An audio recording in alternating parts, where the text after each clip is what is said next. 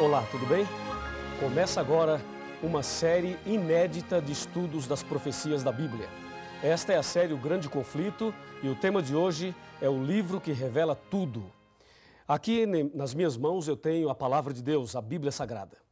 No capítulo 1 do Apocalipse, no versículo 3, lemos: Bem-aventurados aqueles que leem e aqueles que ouvem as palavras da profecia e guardam as coisas nela escritas, pois o tempo está próximo.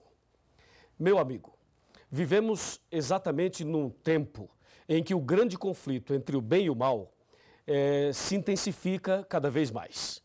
E a palavra de Deus, a Bíblia Sagrada, é a base, é o livro-chave para nos mostrar exatamente em que posição devemos estar, que posição tomar nesse grande conflito. Por exemplo, para que você seja bem-sucedido e seja vitorioso nessa guerra entre o bem e o mal, é preciso conhecer algumas coisas importantes sobre a Bíblia. A Bíblia Sagrada tem 66 livros, sendo 39 no Velho Testamento e 27 no Novo Testamento. Ela foi escrita por aproximadamente 40 pessoas num período de aproximadamente 1.600 anos. Ela já foi escrita originalmente em 3 línguas, na língua hebraica, na língua grega e na língua aramaica. E esse sagrado livro tem como autor o nosso Deus. Ele deixou esse sagrado livro para que nós pudéssemos conhecer a sua vontade e para que pudéssemos também saber a revelação dele para a nossa vida nesse contexto da luta entre o bem e o mal. Me acompanhe agora que eu tenho algo muito importante a te mostrar. Por exemplo, a Bíblia Sagrada está subdividida em 5 pequenas partes. A primeira parte é história, a segunda é poesia, a terceira profecia, a quarta evangelhos e a última cartas. Vamos analisar uma a uma. Por exemplo, história. Os livros históricos da Bíblia começam em Gênesis e vai até o livro de Esther, incluindo o livro de Atos dos Apóstolos, que se encontra no Novo Testamento. A parte histórica da Bíblia, aproximadamente 90% do que está escrito lá se entende como se lê.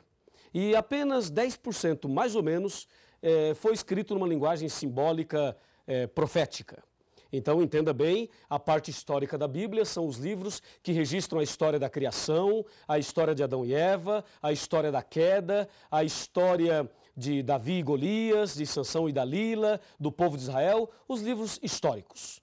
Esta é a primeira parte da Bíblia. A segunda é poesia. A poesia são livros que foram escritos numa linguagem poética. Por exemplo, eu tenho aqui Jó, Salmos, Provérbios, Cantares, ou seja, Cântico dos Cânticos. E também o livro de Eclesiastes. Esses livros são poéticos. E de todos eles, a poesia mais conhecida se encontra nos Salmos, que é o Salmo 23. Lembra? O Senhor é meu pastor e nada me faltará. São os livros poéticos. Destes, aproximadamente 85% do que está escrito lá se entende também como se lê. E aproximadamente 15% é numa linguagem também simbólica, figurativa. A terceira parte é a parte da profecia, que envolve o livro do Apocalipse e também o livro de Daniel.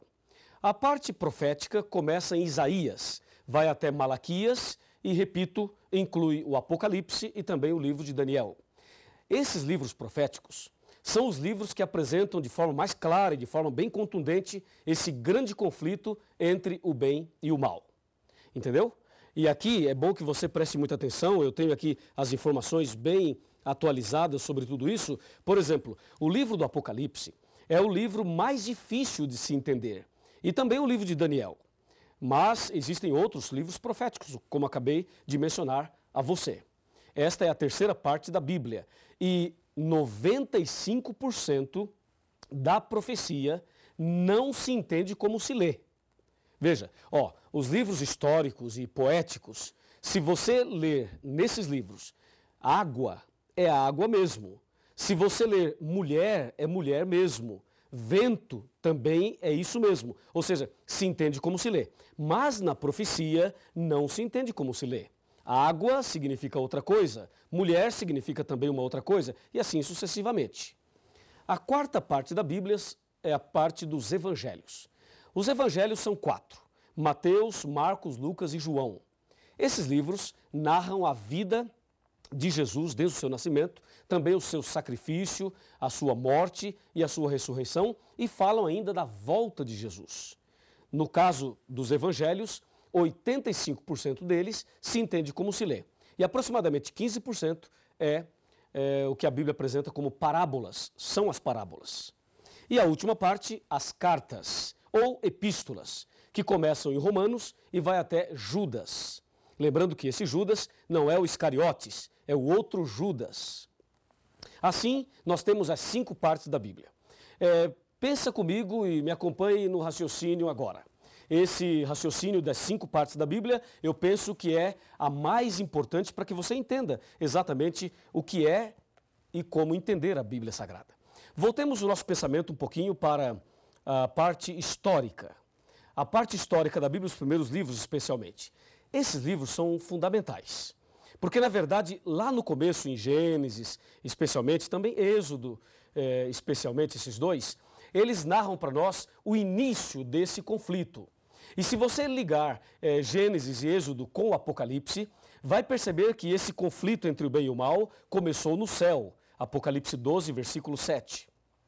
Depois, a parte poética vem trazendo mensagens de esperança, de conforto e de segurança. Depois nós temos as profecias, que eu vou falar por último. Vamos agora para os evangelhos, que são 4. O caso dos evangelhos é um caso muito interessante, porque 85% deles se entende como se lê. Pensa comigo o seguinte, Jesus estava andando e encontrou um homem cego, ok? Colocou a mão sobre ele e disse, vê, e o cego viu. Eu pergunto, isto é simbólico ou isto aconteceu de fato? Com certeza, aconteceu de fato. Pense num outro acontecimento. Jesus estava caminhando, encontrou um paralítico e disse a ele, que queres que eu te faça? E o paralítico disse, Senhor, eu quero ficar bom, eu quero andar. E Jesus então diz, levanta-te, toma a tua cama e anda. E o paralítico levantou e andou. Isto é simbólico ou é literal? Com certeza é literal, porque isto aconteceu de fato. Agora pense de outra forma. Jesus disse certa ocasião, eu sou o bom pastor e você é a ovelha. Eu pergunto, você é uma ovelha? Claro que não, você é uma pessoa, tem 2 pernas, 2 pés. Uma ovelha tem 4, não é verdade? Então você não é uma ovelha, mas Jesus disse que você é uma ovelha e disse que ele é o pastor. Aí você tem uma linguagem simbólica, uma linguagem figurativa. Jesus também mencionou e advertiu com respeito ao trigo e o joio. O trigo são as pessoas fiéis e o joio são as pessoas infiéis. Aí você percebe uma outra linguagem simbólica. É claro que você não é trigo e você também não é joio, mas estas palavras revelam a característica ou as características daqueles que são fiéis e daqueles que são infiéis. Assim você percebe que os evangelhos, 85% se entende como se lê e 15% não se entende como se lê. São as parábolas. E as cartas também. As cartas ou as epístolas, 90% se entende como se lê e 10% não. Mas o mais interessante está ligado à profecia. As profecias da Bíblia, elas foram escritas numa linguagem simbólica, especialmente o Apocalipse, o livro de Daniel. São carregados de simbolismos e isto é algo que preocupa muita gente. E há muitas pessoas que não gostam de estudar a profecia porque não entendem. Vamos observar algumas coisas da profecia. Abra sua Bíblia aí, eu vou abrir a minha aqui também para dar um exemplo. Vejamos Apocalipse capítulo 7, versículo 1. Aqui diz, abriu a sua Bíblia? Ok? Então vamos ler. Depois disto vi 4 anjos em pé nos 4 cantos da terra, conservando seguros os 4 ventos da terra, para que nenhum vento soprasse sobre a terra, nem sobre o mar, nem sobre árvore alguma. Percebeu alguma coisa diferente? Se você não percebeu, eu vou ajudá-lo. Aqui diz que tem 4 anjos nos 4 cantos da terra, segurando os ventos. Primeiro problema, a terra é quadrada? Ou é retangular para ter 4 cantos? Não, a terra é redonda. Ela não tem 4 cantos. Ora, se não tem 4 cantos, por que o Apocalipse fala que tem 4 anjos nos 4 cantos da terra? Percebeu? A profecia não se entende como se lê. E mais, diz que os 4 anjos estavam segurando os ventos. Será que dá para segurar os ventos? E será que os anjos estão impedindo os ventos de soprarem? Claro que não, porque se isto acontecesse, nós estaríamos mortos. Então, ficou claro que a profecia não se entende como se lê. E aí você deve pensar, pastor, como é que se entende? Calma, nós vamos chegar lá. Esse é apenas o primeiro estudo dessa série. Veja um outro exemplo. Abra sua Bíblia em Apocalipse 12 e confira comigo o que diz o Apocalipse 12. Versículo 1. Viu-se grande sinal no céu, a saber, uma mulher, vestida do sol, com a lua debaixo dos pés e uma coroa de 12 estrelas sobre a cabeça. E aí? Na sua cidade, na sua rua, no seu bairro, você já viu uma mulher assim? Claro que não, não existe. As mulheres são bonitas, não há dúvida nenhuma, mas uma mulher como esta aqui não existe. E se não existe, por que o Apocalipse apresenta uma mulher assim? Percebeu? Mais uma prova de que a profecia não se entende como se lê, até porque uma mulher assim não existe. É ou não é? E se você observar aqui, ó, o capítulo 13, e aqui está o ponto que as pessoas têm medo, ficam assustadas, mas não fique com medo, porque a Bíblia vai nos revelar tudo nesta série do grande conflito. Veja Apocalipse 13, versículo 1. Vi emergir do mar uma besta que tinha 10 chifres e 7 cabeças, e sobre os chifres 10 diademas, e sobre as cabeças nomes de blasfêmia. E aí? Imagine uma besta saindo do mar. Isso é assustador, não é? E algumas pessoas acham que é pecado ir à praia porque a besta vai sair do mar. Que absurdo, é ou não é? Sabe por que as pessoas erram? Sabem por que as pessoas interpretam erradamente a Bíblia e pregam uma coisa que a Bíblia não diz, não ensina? É justamente porque não estudam a Bíblia. E você está de parabéns porque está aqui hoje estudando a Bíblia conosco. Em São Mateus capítulo 22, versículo 29, está escrito assim, ó: errais por não conhecer as Escrituras e nem o poder de Deus. Esse é o problema das pessoas. Não estudam a Bíblia, por isso erram. Mas eu tenho certeza absoluta que a partir de hoje você não errará mais, porque nós vamos conhecer a verdade da Bíblia. A Bíblia nos revelará tudo que você precisa saber para vencer nesse grande conflito, para ser vitorioso nessa guerra entre o bem e o mal. Aliás, eu quero dizer a você o seguinte: Jesus esteve nesse mundo. Jesus veio a esse planeta há mais ou menos 2000 anos atrás. E Jesus morreu na cruz. E quando ele morreu na cruz, ele estava pagando o preço do pecado e ali na cruz ele estava conquistando a humanidade e vencendo essa luta entre o bem e o mal. Ou seja, nesse grande conflito, Jesus já é vitorioso. E uma grande notícia para você: se você tem Jesus no coração, se você anda com Jesus, então você também é mais do que vitorioso. Não é maravilhoso saber disso? Por isso é importante o estudo da Bíblia. E agora, pense comigo na frase final. Me acompanha aqui. Aqui tem uma frase final para você. Por favor, chegue mais perto. Vamos conversar. Pode chegar mais perto, um pouquinho mais. Um pouquinho mais. Olhe bem dentro dos meus olhos. Está olhando? É o seguinte: eu não te conheço.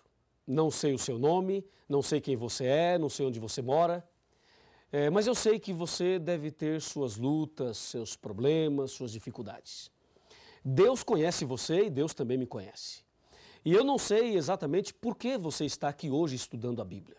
Mas uma coisa eu te digo em nome de Jesus. Em João 8,32 está escrito aqui na palavra de Deus o seguinte: e conhecereis a verdade, e a verdade vos libertará. Se você conhecer a verdade a partir de agora, se você fizer essa série completa, você vai conhecer toda a verdade. E Deus vai libertar você, vai transformar sua vida, vai fazer de você a pessoa mais feliz do mundo. E nesse grande conflito, você será vitorioso, você será vitoriosa. Presta atenção, minha amiga, presta atenção, meu amigo. Eu vou orar por você. E Deus te dará vitória nesse dia e nessa série de estudos bíblicos. Você não quer aceitar fazer o curso completo e não quer ter Jesus no coração e você não deseja ser vitorioso também nessa guerra entre o bem e o mal? Que pergunta que eu estou fazendo. É claro que você deseja, é claro que você quer. E se você assim deseja, se você quer isto, então feche os seus olhos e vamos falar com Deus. Querido Pai Celestial, muito obrigado por esse primeiro estudo da Tua Palavra. Ela é lâmpada para os nossos pés e luz para os nossos caminhos. Ela revela Jesus, aquele que já venceu na cruz em nosso lugar. Ajuda-nos agora a conhecer melhor a Tua Palavra e a andar nos Teus caminhos. Abençoe essa pessoa que está orando comigo nesse instante e envia o Espírito Santo para fazer o milagre na vida desta pessoa que tanto necessita. Em nome de Jesus. Amém. A sua entrega é total. Você não pôde mais adiar. Jesus chegou ao seu coração, chamou por seu nome, você atendeu. Algumas lágrimas vêm e vão lavando qualquer temor. O Santo Espírito está aqui, lhe abraça e lhe diz o quanto esperou. Sua vida vai desabrochar, vai sorrir, vai cantar, começando aqui e por todo sempre. O amor de Deus vai lhe acompanhar. Ele prometeu, jamais vai deixá-lo. Você não estará sozinho a vagar. Deus vai lhe amparar.